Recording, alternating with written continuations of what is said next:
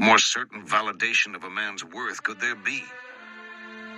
This enhancement of the game to its ultimate state admits no argument concerning the notion of fate. The selection of one man over another is a preference absolute and irrevocable. And it is a dull man indeed who could reckon so profound a decision without agency or significance, either one. In such games as have for their stake the annihilation of the defeated, the decisions are quite clear. This man, holding this particular arrangement of cards in his hand, is thereby removed from existence.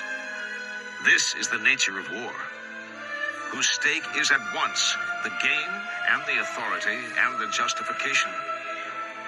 Seen so, war is the truest form of divination.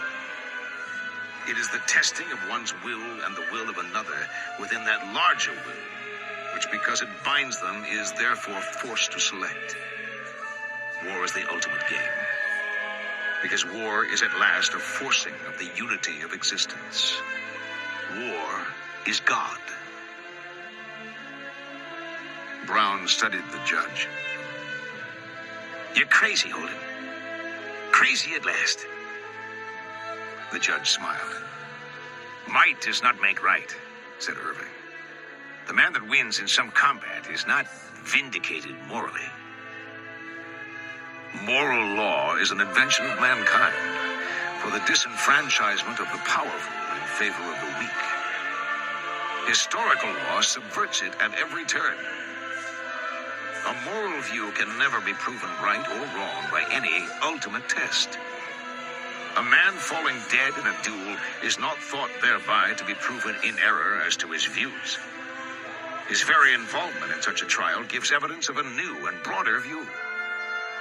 The willingness of the principals to forego further argument as the triviality which it in fact is, and to petition directly the chambers of the historical absolute, clearly indicates of how little moment are the opinions, and of what great moment the divergences thereof. For the argument is indeed trivial, but not so the separate wills thereby made manifest. Man's vanity may well approach the infinite in capacity, but his knowledge remains imperfect. And however much he comes to value his judgments, ultimately he must submit them before a higher court.